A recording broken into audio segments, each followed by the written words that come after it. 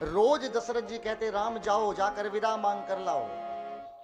राम जी गए, सुनैना मैया से क्या बोले, राऊ अवधपुर चहत सिधाए। मां विदा होन हमारे पिताजी ने यहाँ पठाए। मां अब आप हमें विदा करिएगा। राम जी ने यहां पर हाथ जोड़कर क्या कहा, बालक जानी करब नीत नेहू। आप मुझे कोई भी कार्य बताएं या मुझसे आप वार्ता करें तो अपना बालक जानकर करना। सुनैना मैया जी ने यहां पर राम जी से बातें की। मां बहुत रो रही है, प्रेम के आंसू निकल रहे हैं। इसी बीच में सुनैना मैया अंदर आंगन में गई है और अंदर से जाकर सीता मां के हाथ पकड़ कर लाई है। सीता मां से कहा चलो सीता। मां सीता को लेकर आई और राम जी का हाथ पकड़ा है और बेटा कहकर यहां पर राम जी के हाथ में सीता मां का हाथ सौंप दिया है। अब यहां पर दर्शन करिएगा, जो माता पिता अपनी संतान यानी अपनी बेटी को अपने जिगर के टुकड़ा मानकर जिसकी परवरिश करता है, वो चाहे कितना भी अच्छा वर ढूंढ ले लेकिन मन में शंका बनी रहती है कि जिस बेटी को मैंने इतने लाड़ प्यार से पाला है, कहीं मेरी बेटी के साथ कुछ उल्टा ना हो जाए ससुराल में। लेकिन यहां पर बिल्कुल भी भ्रम नहीं है। क्यों? क्योंकि सुनैना मैया और जनक जी जानते हैं कि ये साधारण कोई राम नहीं है, ये जगदीश है। यहां तक कि दशरथ जी ये नहीं जानते कि ये जगदीश है, ये भगवान है, वो नहीं जानते हैं। और जैसे हाथ में दिया, कई लोग ऐसे होते हैं, कथा के बीच में बोल रहा हूं, जो ससुराल में जाने के बाद एक जगह पर हम शादी में गए, बिल्कुल सच्ची घटना है ये। हम और भगत जी गए थे, तो जैसे किसी घर में प्रवेश करते हैं पुराने घर में, तो सामने बरामदा बना होता है और दोनों साइड में 2 कमरे बने होते हैं। हम बरामदे में जाकर बैठे, शादी का प्रोग्राम था, हमारे लिए चाय नाश्ता सब कुछ आया। तो एक जो वहां पर कमरा बना हुआ था, उसका दरवाजा लगा हुआ था, गेट ताला बंद। उस दरवाजे पर बार बार व्यक्ति आते और कान से ऐसे सुनते और चले जाते। भगत जी और हम आपस में इशारा कर रहे थे कि इस कमरे में ऐसा क्या है जो ताला बंद है और व्यक्ति आता है और ऐसे कर कर सुनता है और चला जाता है। अब हमसे नहीं रुका गया। 15-20 मिनट बाद हमने पूछा, भाई इस कमरे में ऐसा क्या है? बोले कि हमने इस कमरे में अपने बड़े दामाद को बंद कर रखा है। बोले क्यों? भगत जी बहुत हंसे। बोले ये भी पूछो क्यों कर रखा है? बोले कि यदि इसको खोल दिया तो ये पूरी शादी नहीं होने देगा। बहुत बोलता है, बहुत इधर से उधर उंगली करता है ये। इसीलिए दामाद को 10वां गिरह भी कहा गया है। गिरह कितने होते हैं? 9 होते हैं ना, लेकिन एक 10वां गिरह है जिसका नाम है दामाद। यदि दामाद की संधि की जाए तो क्या बनेगा? दम प्लस आद। जिसको देखने के बाद दम फूलने लगे उसे कहते हैं दामाद। अपने घर पर चाहे भीगी बिल्ली बनकर रहे, लेकिन ससुराल में जाने के बाद आंख का गोला बन जाता है, बबूला। समाज में हमें कभी कभी ये देख लेना चाहिए कि समाज में लोग हमें देखने के बाद उनके मन में उद्दंडता नहीं आनी चाहिए। यदि हमें कोई देखे तो लोग हमें विनम्रता से देखे, ऐसे भाव से हमें कोई ना देखे। इसके बाद में राम जी ने विदा मांगी और राम जी ने क्या कहा? राम विदा मांगत कर जोरी। हाथ जोड़कर विदा मांग रहे हैं और कीन प्रणाम बहोरी बहोरी। सुनैना माँ के चरणों में बार बार प्रणाम कर रहे हैं। बहोरी, बहोरी माने बार बार। माँ अब आप हमें आज्ञा दीजिएगा। जैसे ही विदा का समय आया, जब विदाई का नाम आता है तो पूरे घर में आप भी देखिएगा विवाह चल रहे हैं, सन्नाटा बीत जाता है। कई लोग हमने कहते देखे हैं कि महाराज जी जब कोई व्यक्ति कहीं पर मर जाए तो हमारी आंखों में आंसू नहीं आते। पता नहीं हमारा दिल हृदय कैसा बनाया भगवान ने, लेकिन हमसे बेटी की विदाई नहीं देखी जाती। उससे भी बड़ा दुख होता है जब बेटी घर को विदाई के रूप में छोड़कर जाती है। जैसे विदाई का नाम आया तो यहां पर सुनैना मैया ने अपनी चारों बेटियों को बुलाया और जो सीता मां है वो सबसे प्रिय बेटी हैं, उनको अपनी गोद में बिठाया। अपनी गोद में बिठाने के बाद सुनैना मां ने कहा कि अब मैं चारों बेटियों को व्यवहार सिखाती हूं कि आपको ससुराल में जाने के बाद क्या क्या कार्य करना है। इस कथा को यहां पर ध्यान से सुनना। यदि कोई भी मां अपनी बेटी को विदा करते समय ये बात बताकर भेजेगी, ये 2 चौपाई सिखाकर भेजेगी, तो याद रखना उसका घर कभी बर्बाद नहीं होगा। ये 2 चौपाई। हमारे गुरुजी की तो आंखों में आंसू आ जाते हैं जब इस चौपाई को गाते हैं। अपनी गोद में सीता मां को बिठाया, कहा सीता यहां से जाने के बाद तुम्हें क्या करना है, मैं तुम्हें आशीर्वाद देती हूं।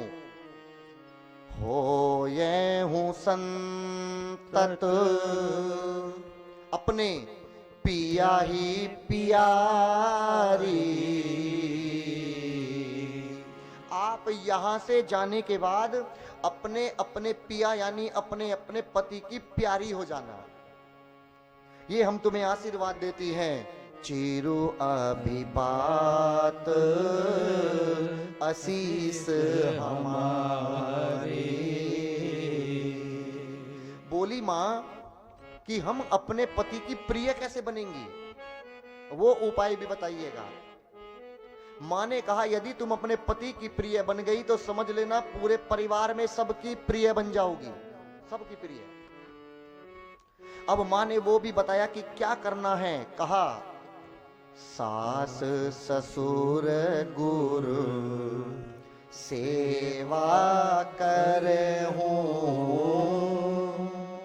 और पति रुख लकहीं आयसु अनसरे हूं। क्या कहा? सास ससुर गुरु सेवा करहूं। आप यहाँ जाने के बाद अपनी सास, अपने ससुर और अपने गुरु की सेवा करना। गुरु माने यहां पर गुरु नहीं है, गुरु माने है श्रेष्ठ की। आपके घर में कोई भी श्रेष्ठ व्यक्ति आए तो आप उसकी भी सेवा करना, ये सिखाया। और इसके बाद क्या कहा? पति रुख लखी आयसु अनसर हो। अपने यदि तुम्हारे पति तुमसे कोई काम कराना चाहते हैं, कोई व्यवहार चाहते हैं, तो उनके होंठों को मत खुलने देना, वो कह ना पाए। उनकी आंखों के रुख को देखकर समझ जाना कि हमारे पति हमसे क्या कार्य चाह रहे हैं। मां की जैसे विदाई हुई, मां पालकी में बैठकर आंगन से बाहर निकली है। आंगन से बाहर निकली तो वहां पर गौशाला थी जनक जी की। उस गौशाला में रामचरितमानस में लिखा है कई हजार गायें थी जनक जी के पास। सारी की सारी गायें रोने लगी। सब गायों को बंधन से मुक्त कर दिया गया।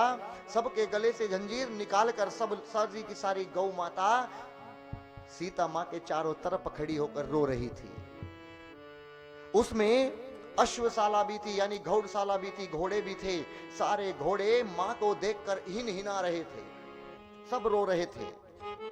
और उसमें जनकपुर में सीता मां ने एक सोने के पिंजरे में एक तोता और एक तोती को पाल रखा था। उनसे बहुत प्रेम करती थी मां। जैसे ही मां चली, दोनों तोते और तोती रोने लगे। तोता तोती ने कहा कि हमें भी मुक्त कर दो, और जैसे मुक्त किया तो जाकर मां के कांधे पर दोनों बैठ गए। रोते हुए बोले कि हमें ये सोने का घर नहीं चाहिए, हमें सोने का पिंजरा नहीं चाहिए, हमें किशोरी जी आपके चरण चाहिए, हम आपके चरणों में समय काटना चाहते हैं। सीता माँ ने बहुत समझाया और उनको वहीं पिंजरे में बंद किया। इसके बाद में जैसे माँ की विदाई का समय आया तो यहां पर जनक जी रोने लगे। अब यहां दर्शन करिएगा, जनक जी इसलिए नहीं रो रहे हैं कि उनकी बेटी की विदाई हो रही है, इसलिए नहीं रो रहे हैं। जनक जी इसलिए रो रहे हैं कि जब सीता माँ छोटी सी थी तो घर में लेपन होता है, गोबर से लीपा जाता है। जनक जी के यहां पर भी लीपा जाता था। ये मत समझना कि वो राजा हैं तो उनके घर में संगमरमर लगे थे, वो भी लगे थे, लेकिन कुछ स्थान ऐसे थे जहां पर कच्चा था, वहां पर गोबर से लीपा जाता था। कहां? जैसे यज्ञशाला, जहां पर यज्ञ होता था वो स्थान कच्चा था।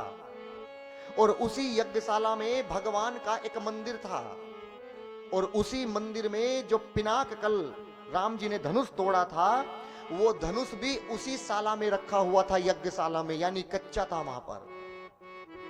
जब उस स्थान पर नौकर नहीं जा सकते थे क्योंकि वहां पर जनक जी का मंदिर था। या तो सुनैना मैया जाती थी या सीता मां जाती थी, चारों में से कोई भी बहन जाती थी, या जनक जी जाया करते थे। जब एक दिन सीता जी छोटी सी को देखा तो सीता जी उसमें लीप रही थी, लेपन कर रही थी। सीता मां ने एक हाथ से ऐसे धनुष को उठाया और उस धनुष के नीचे ऐसे लीप रही थी मां। जो धनुष 10,000 राजाओं से नहीं उठा था, उस धनुष को मेरी सीता मां छोटी सी बाएं हाथ से ऐसे उठाकर और उसके नीचे लेपन कर रही थी। इस दृश्य को देख लिया जनक जी ने। जनक जी ने सोचा कि ये कोई साधारण धनुष नहीं है, ये शंकर भगवान का पिनाक है, और सीता ने अपने बाएं हाथ से इसे उठा लिया। सीता छोटी सी है, इसका मतलब है सीता कोई साधारण नहीं है, मेरे घर में भक्ति ने जन्म लिया है। ये भक्ति है, और भक्ति को धारण करने कौन आएगा? भक्ति को धारण करने आएगा जीव जगदीश। भक्ति को केवल जगदीश ही लेकर जा सकता है, और किसी में इतनी सामर्थ्य नहीं है। इसीलिए जानबूझकर जनक जी ने इस पिनाक धनुष को केंद्र में रखा था कि यदि इसे सीता ने उठा दिया तो इसे तोड़ने वाला भी जरूर आएगा। और वही धनुष राम जी ने तोड़ा तो तभी समझ गए थे जनक जी कि राम जी कोई साधारण जीव नहीं है। यदि मेरे घर में भक्ति ने जन्म लिया है तो राम जगदीश है, राम ब्रह्म है। इसलिए रो रहे हैं कि आज मेरे बीच में से, आज मेरे आंगन में से, जो आज तक मेरे आंगन की तुलसी थी, मेरी सबसे प्रिय बेटी सीता, जिसको मैंने आंखों की पलकों पर बिठाकर पाला था, क्यों? जिसको ना मां है ना पिता है, जो धरती से प्रकट हुई है, उसको जनक जी सबसे अधिक प्रेम करते थे, सबसे अधिक प्रेम करते थे। इसलिए रो रहे हैं कि आज मेरे बीच में से भक्ति जा रही है, मेरे बीच में से जगदीश जा रहा है। इसी बीच में पालकी में मां को बिठाया, और पालकी में मां को बिठाकर जनक जी और दशरथ जी आमने सामने खड़े हो गए। चलते समय होते हैं ना दोनों समधी, दोनों समधी आमने सामने खड़े हो गए। समधी उसे कहते हैं सम प्लस धी, सम माने बराबर और धी माने बुद्धि। जिसकी बुद्धि बराबर हो उसे कहते हैं समधी। ना ज्ञान में दशरथ जी कम है, ना ज्ञान में जनक जी कम है, दोनों की बुद्धि बराबर है। दोनों आमने सामने खड़े हैं और हाथ जोड़कर जनक जी क्या बोले? करहूं कवन विधि विनय बनाई, महाराज मोही दीन बड़ाई।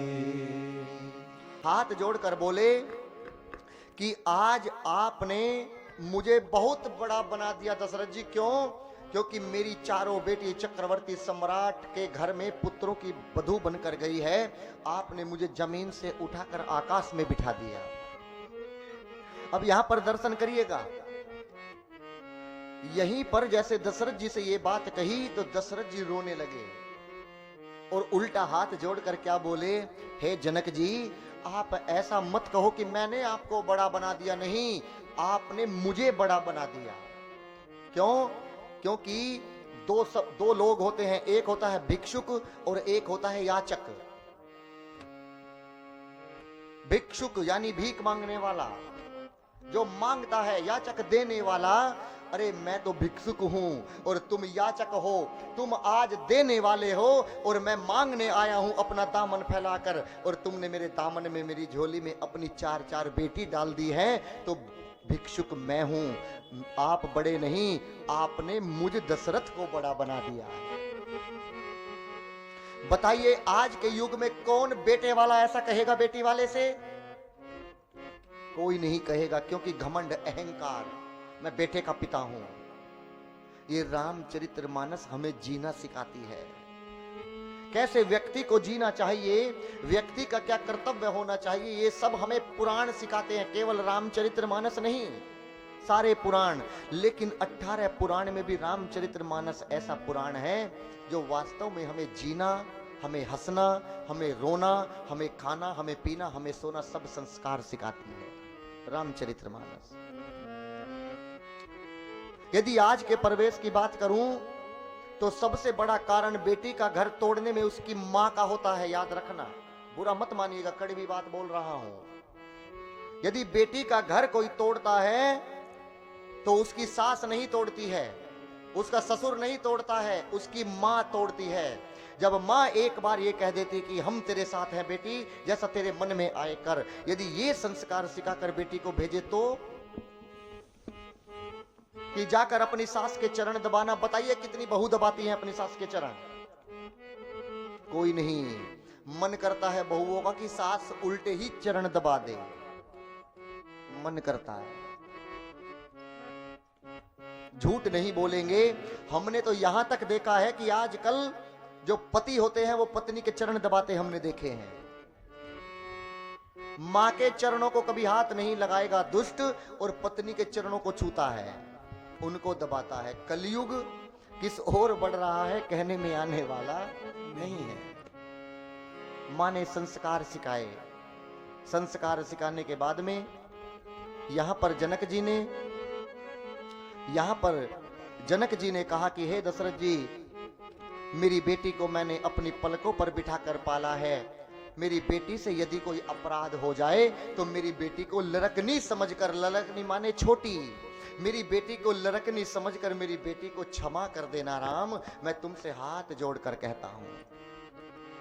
यहां पर जनक जी ने दशरथ जी से एकांत में जाकर कहा, हे महाराज, यदि आपकी आज्ञा हो तो मैं आपके बड़े बेटे लाला से, राम से कुछ अकेले में बात करना चाहता हूं। राम जी समझ गए क्या करना चाहते हैं, राम जी सब समझ गए।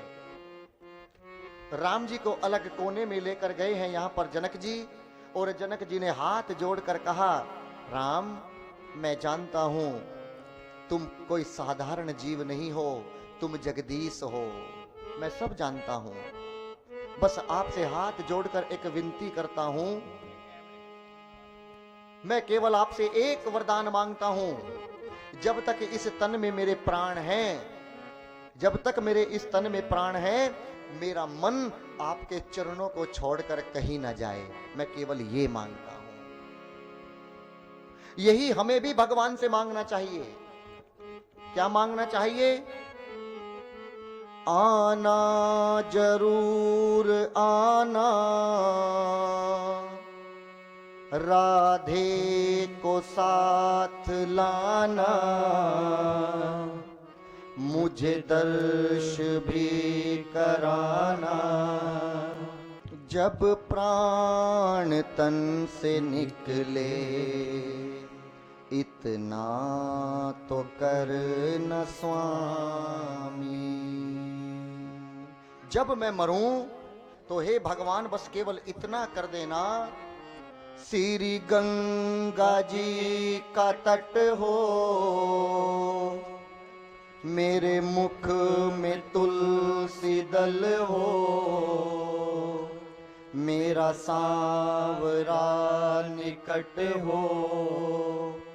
जब प्राण तन से निकले, इतना तो कर न स्वामी। पीतांबरी कसी हो, होठों पे कुछ हंसी हो, छवि मन में बस रही हो, जब प्राण तन से निकले, इतना तो कर न स्वामी। केवल ये मांगेगा भगवान से, केवल इतना मांगना है। इसके बाद में अब बारात को जैसे विदा किया, 4 पालकी आई और उसमें 4 कहार आए पालकी को उठाने के लिए। जैसे मां की डोली उठी, दरवाजे के बाहर पहुंची, जनक जी पीछे पीछे दौड़ रहे हैं और मां की डोली जैसे आगे बढ़ी तो मां ने अपनी पालकी को नीचे रखवाया और उतरकर फिर दौड़ी अपने पिता के पास, जाकर जनक जी के सीने से लिपट गई। वहीं पर मां ने कहा, कल भी सूरज निकलेगा, कल भी पंछी गाएंगे, सब तुझको दिखाई देंगे, पर हम न नजर आएंगे। आंचल में छुपा लेना हमको, सपने में बुला लेना हमको। जो बेटी अपने पिता के घर में सबसे पहले भोजन करती है, माँ गरम गरम बना कर लाती है और बेटी पाती है, वही बेटी ससुराल में जाने के बाद पहले सबको खिलाती है और खाने से पहले पहले बर्तन भी साफ करती है। और यदि बहुत सर्दी हो या समय ज्यादा हो गया हो, यदि एक आध रोटी बची हो तो सोचती है कि अपने लिए दोबारा आटा क्या गूंदूं, इसी में काम चला लूंगी, उसी को खाकर सो जाती है। कौन सी बेटी? जिस बेटी को हम पलकों पर बिठाकर पालते हैं। और यदि उसी बेटी को ससुराल में जाने के बाद थोड़ा सा दुख मिल जाए तो इतना सीने पर यदि सुमेरु पर्वत रख दे तो उसका वजन इतना नहीं लगता जितना बेटी का ससुराल में दुखी होना नजर लगता है। माता पिता सब बर्दाश्त कर सकते हैं लेकिन बेटी का दुख बर्दाश्त नहीं कर सकते।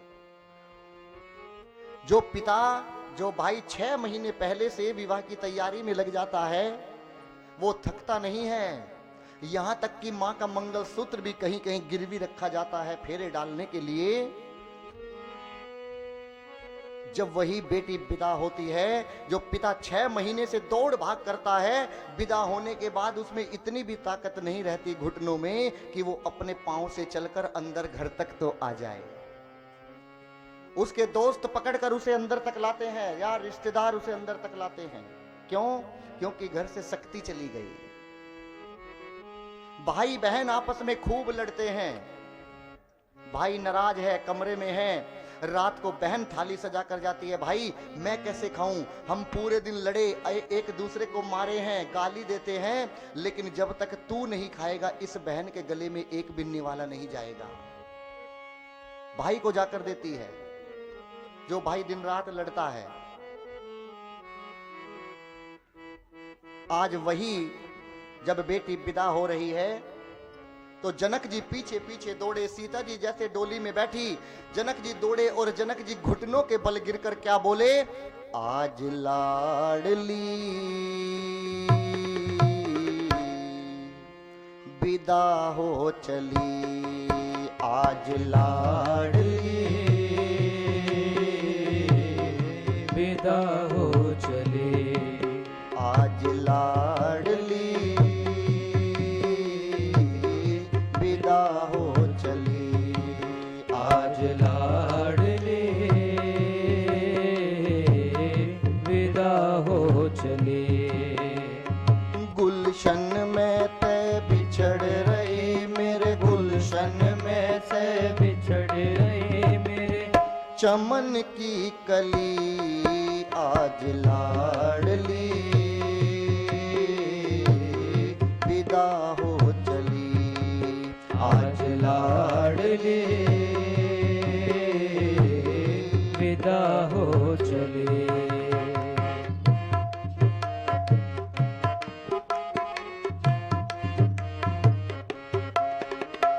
मात पिता ने छोड़ के चल दी आज अकेली।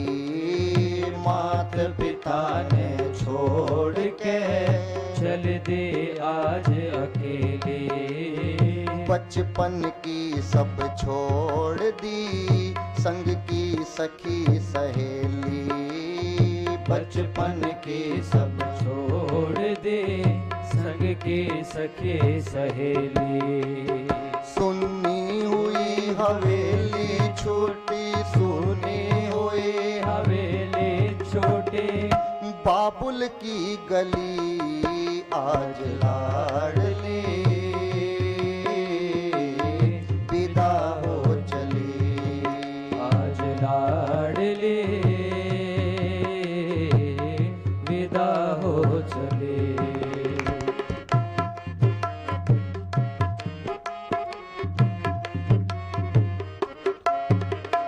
हिया उमड़ के आवे है सुन लाडो का रोना।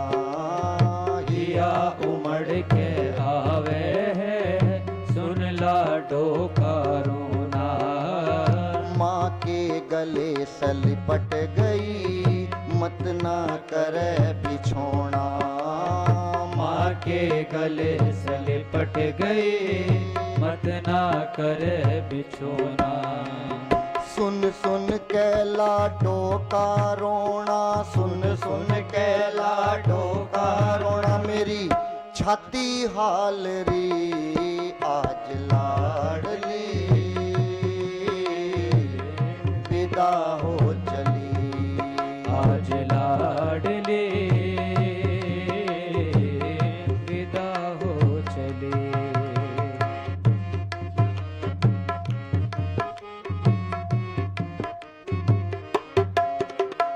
दुनिया का दस्तूर है ये सबको पड़े निभाना।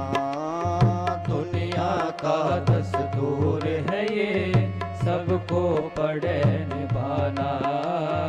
दिल में सोच करें ना कर्म लिखे का बाणा।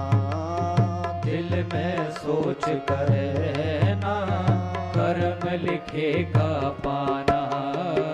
पति के संग में जाना री बेटी, पति के संग में जाना री बेटी। तेरी राम करेंगे भली आज लाडली विदा हो चली। आज लाडले अरे मात पिता ने छोड़ के चल दी आज अकेली। और बचपन की सब छोड़ दी संग की सखी सहेली।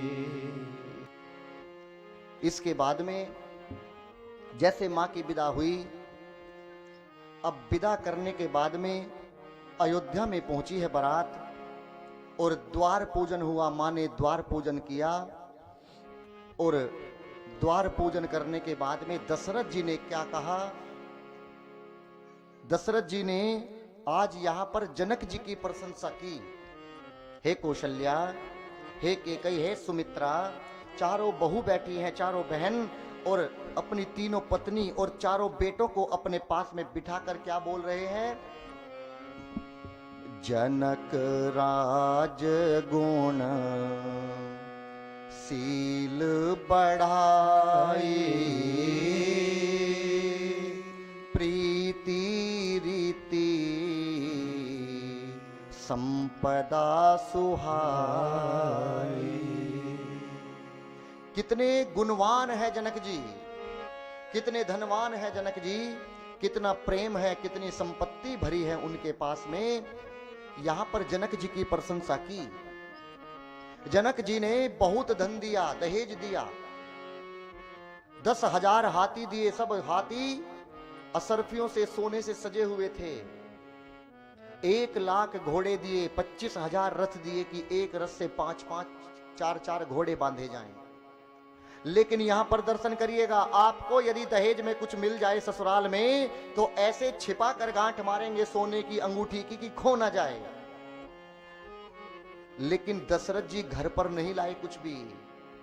दशरथ जी, रामचरितमानस में लिखा है, दशरथ जी के पास में इतना धन है, जो धन के राजा कुबेर देवता हैं वो भी शर्माते हैं दशरथ जी की संपत्ति को देखकर। इतना धन कुबेर देवता के पास में भी नहीं है जितना दशरथ जी के पास में है। दशरथ जी ने वो सारे का सारा दहेज वहां पर संतों को बुलाया, ब्राह्मणों को बुलाया, गरीबों को बुलाया और सब वहीं पर दान वहीं पर बांटकर जब अपने बेटों को ससुराल अपने घर पर लेकर आए। बेटी का पिता यदि अपने मन से कुछ दे रहा है तो उसे दहेज नहीं कहते। दहेज तो उसे कहते हैं जब बेटे का पिता मुंह खोलकर बेटी वाले से मांगता है, उसे दहेज कहते हैं। यदि बेटी का पिता कुछ भी दे रहा है तो देना चाहिए। इसके बाद में अब आज यहां पर दशरथ जी ने कौशल्या मां से पूछा, हे कौशल्या, ये बताओ इन आंखों की रक्षा कौन करता है? कौशल्या मां ने कहा, नाथ, इन आंखों की रक्षा ये पलक करती है। यदि दूर से कुछ बोल आ रही हो या कुछ किसी ने फेंक दिया हो तो क्या करोगे? करोगे ना? ये पलकों को बंद करोगे, आंखों को तुरंत बंद करोगे। क्यों? देखिए, इनमें ना कोई हड्डी होती है, कोई हड्डी है क्या इनमें? लेकिन फिर भी ये बंद हो जाती है, इन आंखों की रक्षा करती है। दशरथ जी ने कहा, ये जो चारों बहुएं हैं ये लड़कनी हैं, इन्हें आंखें समझना और जब जब इन पर कोई संपत्ति आए तो इनके ऊपर पलक बन जाना, पलक बनकर इन चारों बहनों की रक्षा करना। बहु लड़कनी पर घर आई, राखे हूं नयन पलक के नाई। इसी बीच में चारों भाइयों में से एक भाई को जमभाई आने लगी। जैसे ज्यादा रात बीती तो जमभाई आने लगी, लेकिन वहां पर किसी में इतनी हिम्मत नहीं थी कि कोई ये कह दे अपने पिता से, दशरथ जी से, कि हमें नींद आ रही है, अब हम जाना चाहते हैं।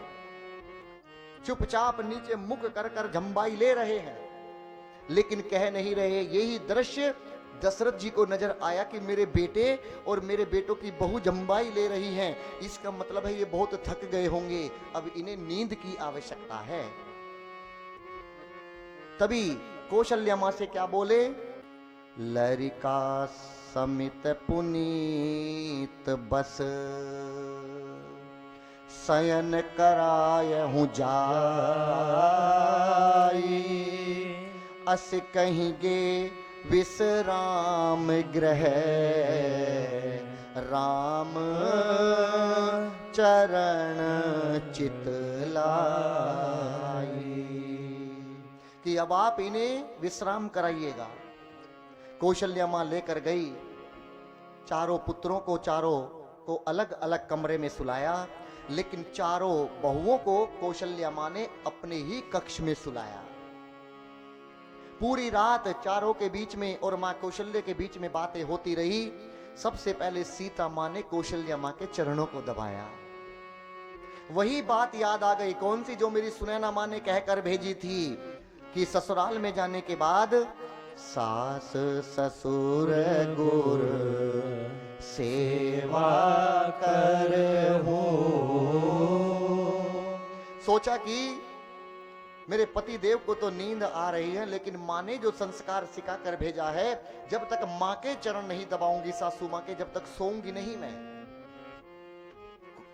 चारों बहनों ने मां के चरणों को दबाया और इसी बीच में चारों को सुलाकर कौशल्या मां चुपके से उठी चोरी से और राम जी के कक्ष में गई।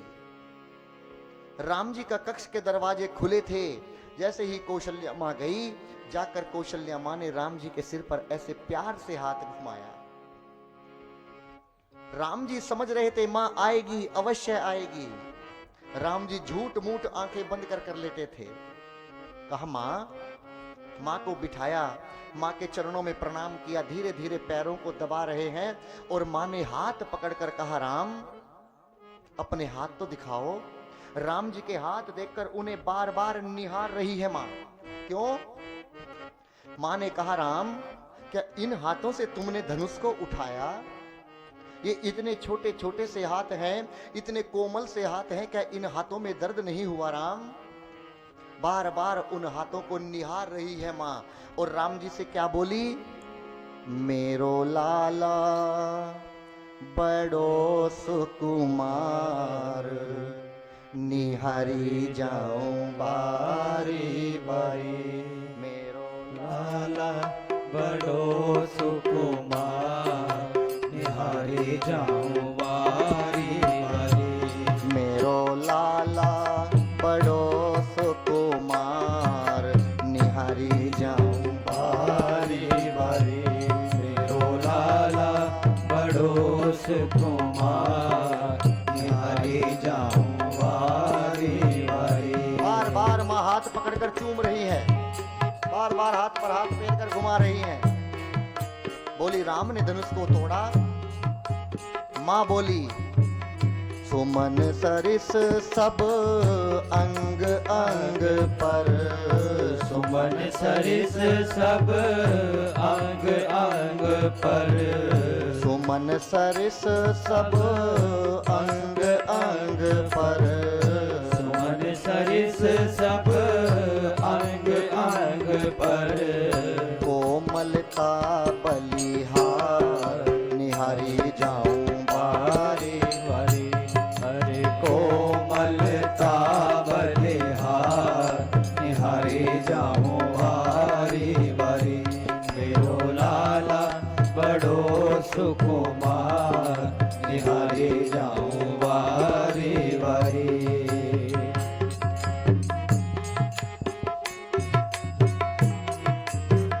बार बार निरखत प्रभु पैया, बार बार निरखत प्रभु भैया, बार बार निरखत प्रभु पैया, बार बार निरखत प्रभु भैया। अब मन न चरत अपार, निहारी जाऊं बारी बारी। अब मन नार उपहार, निहारी जाऊं बारी बारी। मेरो लाला बड़ो सुकुमार, निहारी जाऊं बारी बारी। हाथ पकड़कर बोली, राम कैसे लियो उठाए संबोधनो, कैसे लियो उठाए संबोधनो, कैसे लियो उठाए संबोधनो, कैसे लियो उठाए संबोधनो। झेले इतना भार, निहारी जाऊं बारी बारी। अरे झेले इतना भार, निहारी जाऊं बारी बारी। मेरो लाला बड़ो सुकुमार, निहारी जाऊं बारी बारी।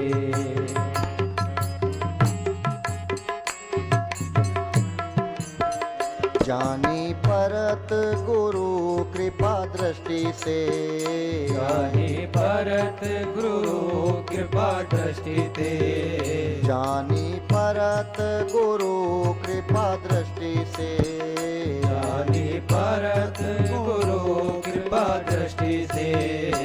अरे हो गयो संकट पार, निहारी जाऊं बारी बारी। अरे हो गया संकट पार, निहारी जाऊं बारी बारी। मेरो लाला बड़ो सुकुमार, निहारी जाऊं बारी बारी। मेरो लाला बड़ो सुकुमार, निहारी जाऊं बारी बारी।